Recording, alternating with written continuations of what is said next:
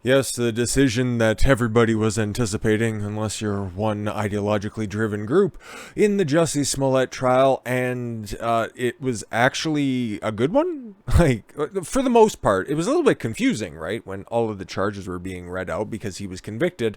I know, right? Like, everybody kind of thought maybe just in the back of their mind, just a little bit, had that little inkling where this guy's totally going to get off scot-free.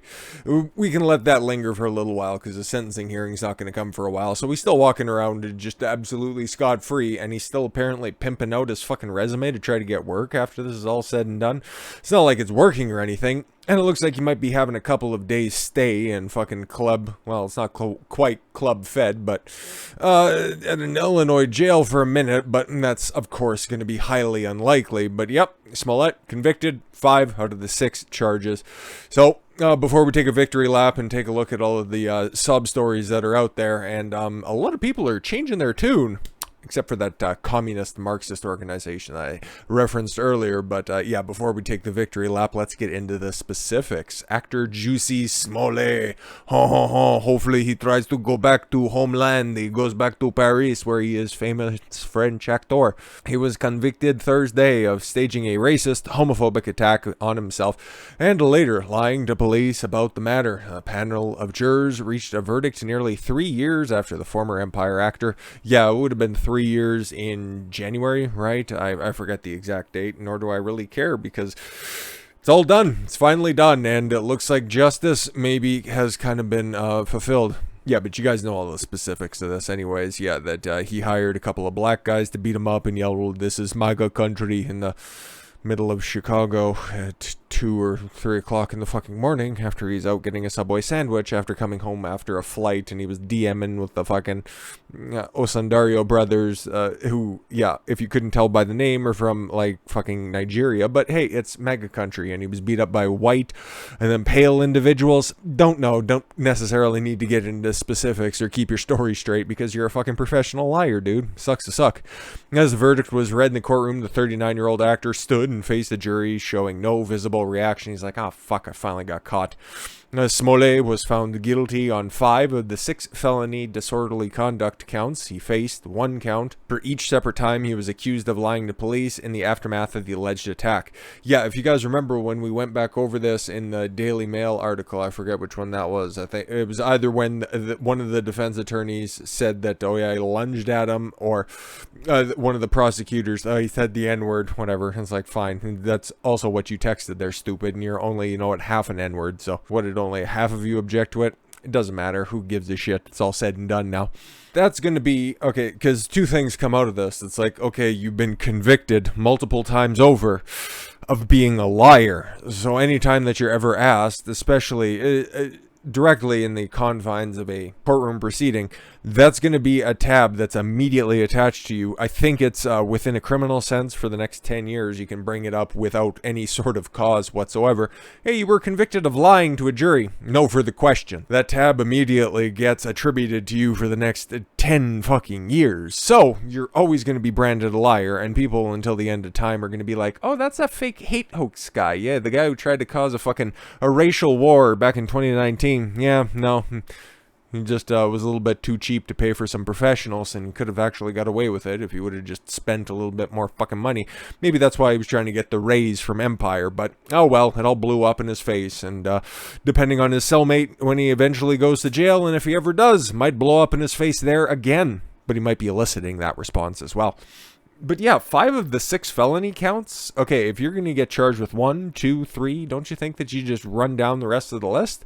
Well, like I made reference to, of that list of the different felonies that were there and the different instances that he was lying to the police officers, the 6th one was about it being a fake hate crime. Well, it's like, well, he alleged that it was a hate crime and it was a fake hate crime, so maybe that's what the jury figured out at the same time. It's all very interesting. It's very, very weird why they would run down the list and be like, yep, he lied. We kind of got some questions on that last one, and we're never going to know because the jury rationale is never anything that's to be published. And I just heard that to get any of the transcript from the court itself, it's $4 per page. Fucking Chicago rates, I guess. The count that he was acquitted on was related to when he was accused of lying to the detective in mid-February 2019. Yeah, that was the only lie from February, sorry, that was there. The rest of them were from June later in the year, and then also on the day of, or rather of that week, sorry, in January. So 1 February 1, yeah, it's like, what the fuck, but whatever. Each felony count carries a maximum sentence of 3 years in prison, but because he has no criminal record, and you can serve these all concurrently, and that's the maximum, and the minimum is more than likely just going to be public service trash collecting, whatever. Cook County Judge James Lynn, the one who was lunging at one of the defense attorneys, yeah, sure, has set a date for the I wonder if that's going to come up on appeal. Sorry, but I'm just wondering if they're going to try to appeal this decision, because the date for sentencing, but scheduled pre-sentencing for January 27th of 2022. So just go home, just make sure you turn back up and bring your fucking gaggle of attorneys with you for the 27th, if that works for you, Mr. Smollett, at your earliest convenience, whatever. Smollett had pleaded not guilty to all of the charges and denied making up orchestrating the attack, although the two brothers who allegedly partook in the scheme said Smollett was the mastermind behind it, and they had the receipts, and we went through all of the situations, okay, and we went through all of the evidence that was there, and those are the attackers there, the white pale guys from Nigeria, whatever. But here's a statement from Black Lives Matter, because now we're just going to go into the victory lap of this, because thankful that justice was fucking served, and especially in Chicago where it's as corrupt as a motherfucker. It's very, very rare when we have a situation where it's like, oh yeah, justice looks like it was pretty much carried out. We're going to have to see what happens with Kim Potter, because that trial got cut short today because, oh my God, it's snowing in Minneapolis. And that's something of concern for the jury. That fucking trial is taking forever, and it's ponderous, and it's plodding, and I'm enjoying watching some of it, sort of, kind of, whatever. But just an update on that one, nothing happened today, okay? And the fucking case in chief for the prosecution is still plodding forward. Who knows how many more days that's going to be, so no update on that one today. We'll probably just package it all together and throw it together on Monday, but I'm not going to read the entire statement on this one because it was issued by, yes, this is Black Lives Matter, but yeah, this was their statement just as the jury went into deliberation. Sorry, my mistake. And the third paragraph, I guess that would be the second one of the statement. In our commitment to abolition, we can never believe police. But this is the courts, and this is, there's a black guy on the jury as well, so you're going to believe him? Oh, no, okay, sorry. Especially the Chicago Police Department over Jussie Smollett, a black man who is courageously present, visible, and vocal in the struggle for black freedom. No, not really. It's more for gay freedom at the same time, because he alleged it was also a race and a homophobic attack. So you got, but I get, this is your guys' grift. So you just make up your own facts as you go, because you don't even need to be logically consistent with reality. While policing at large is an irredeemable institution. Oh, okay, cool. That's why all of your founders live in gated communities, because policing is a, as you put it, irredeemable institution. Okay, I get it. Chicago Police Department is notorious for its long and deep history of corruption. Okay, stop trying to cozy up to me, okay, just because you make a good point. Racism, and that's where you lose me, because how many people, how many officials, all right, in Chicago itself are black? And that's not derogatory, and that's not meant to be a slight against them whatsoever. You just should be representative of the city.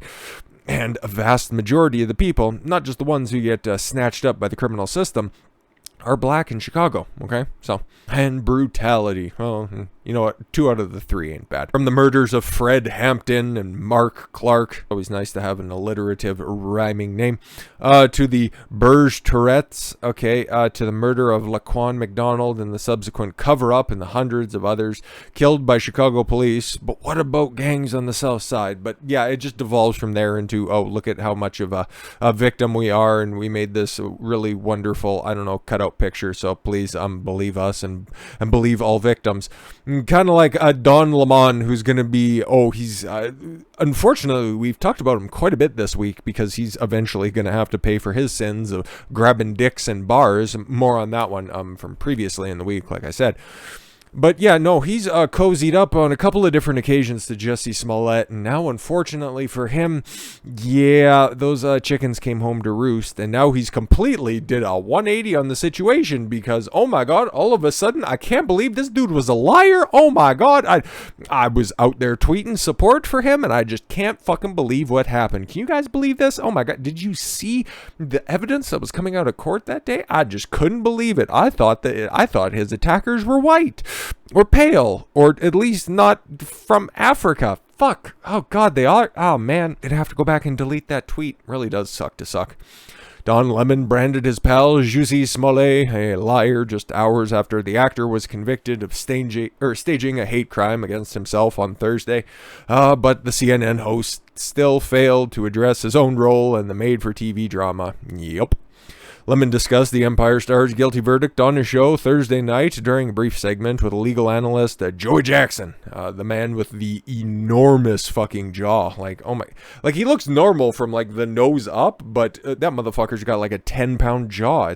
It's incredible. It's strong. CNN host said Smollett made up too many lies. Oh, what now? All of a sudden? What, just when he was on trial? Oh, okay, cool.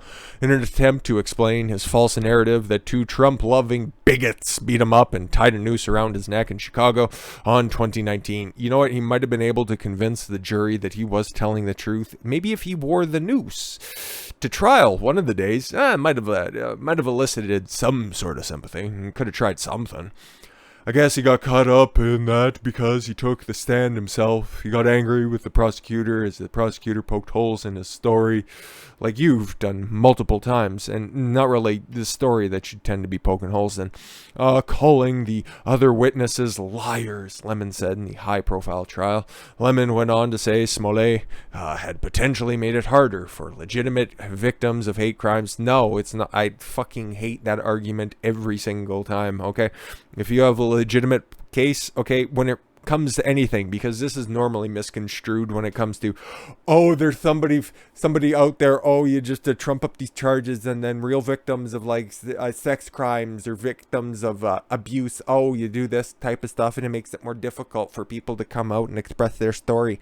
No, if you've been a real legitimate victim and you have real legitimate evidence, still bring it forward, okay? You've been a victim, you should seek remedy. I don't buy any of that fucking lie, but it's Don Lemon, it's CNN, it's Jussie Smollett, it's the trifecta of just degeneracy. His comments came soon after a jury found Smollett guilty on 5 of the 6 charges. Oh, it's so beautiful. Oh man, don't they just look like the happiest couple? Despite briefly addressing Smollett's lies, Lemon continued to ignore a bombshell part of the actor's testimony that revealed the CNN host had tipped him off, and he was being investigated by police. Yeah, he probably didn't want to pay for that page of the transcript because, yeah, $4 to CNN. Have you seen the ratings lately? The budget strings are going to get pulled a little bit tighter. Smollett told the court during his testimony earlier in the week that he first knew the police doubted his version of events after getting a text message from Don Lemon. Imagine that. Fucking weird, right? Lemon has come under fire for his continued silence about his role in the saga, while some drawing comparisons between him, me included, and ex-CNN star Chris Cuomo, who was fired last weekend for meddling in his brother Governor Andrew Cuomo's sexual harassment scandal. Sure looks like that now, doesn't it? But yeah, no, here's a list of the things that he was guilty on, and God, giving props to the AP makes me physically ill, but they have a nice little slide here and it at least gets everything done. So he was found guilty by 12 of his peers, a jury of his peers, telling Chicago police officer Mohammed Beg that he was a victim of a hate crime. Guilty. Telling Beg he was a victim of battery. Guilty. Telling police detective Kimberly Murray he was a victim of a hate crime. Guilty. Telling Murray he was a victim of battery. Guilty. Again, telling Murray he was a victim of a battery, guilty, and then telling Detective Robert Graves, okay, a different detective, that he was a victim of an aggravated battery, changing the classification of the crime that was allegedly committed against him that he paid very good money for, just not enough, unfortunately.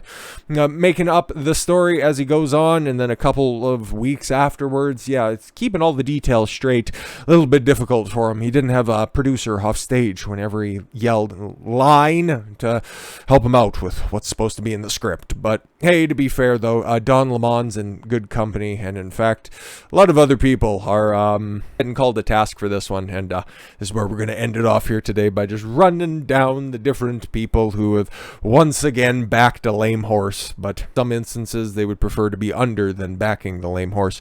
President Biden and Vice President Kamala Harris are among Democrats who are being widely mocked for their silence in the wake of the Jussie Smollett verdict, even though they were some of the most vocal supporters when it initially happened. Not Biden. They probably had to tell him that it's that guy who's not Sidney Poitier. He's a different guy. The times have changed, Joe. Why do you keep yelling the N-word? After initially throwing their support behind the embattled actor, Biden and Harris's old tweets, including one in which the Veep described the attack as a modern-day lynching. Yeah, it was very, very uniform rhetoric that was out there by a whole bunch of people, okay, like Kamala Harris, Cory Booker, old Spartacus. He had one eye on the trial and another eye on, I don't know, some other fucking race hustle. Like, dude's weird, but they've been rather silent. And once again, just kind of uniform in their response there if you just kind of extrapolate it out a little further. Resurfaced after the Empire star was convicted Thursday of staging an elaborate hate crime against himself and filing a false police report, backing it up multiple times. Immediately after Smollett claimed in 2019 that the two Trump-loving bigots that later came out to be Abel and Black Osundairo, some the big MAGA country guys, who had yet to announce his bid for president. Oh yes, Biden declared he was standing with the actor. Oh my God, he'd prefer if you were kneeling with him. What happened today to Jussie Smollett must never be tolerated in the country. I know a man like that. His name was Corn Pop, and he was a bad dude. We must stand up and demand that we no longer give this hate safe harbor, that homophobia and racism has no place in our streets and in our hearts. We are with you, Jussie. That's kind of a little bit of a self-own and a little bit of a projection there, because I don't hate people based on their race. I don't hate people based on who they want to stick or what they want to have stuck in them. I don't really give a fuck about most people. So to be fair, I've never really had that hate in my heart. So you know what? Hey, if Joe's finally denouncing it, good for him. You know what? Hey, that's a important step forward. Harris, meanwhile, branded the ordeal a modern-day lynching. Cool. Can you tell me who the final two people who were lynched in America were? Can you give me their race? No, that would be a little bit too uncomfortable for you. Two white guys, by the way. Anyways, but here's Harris's tweet. Smollett is one of the kindest, most gentle human beings I know. I'm praying for a quick recovery. It was even quicker than expected or reported.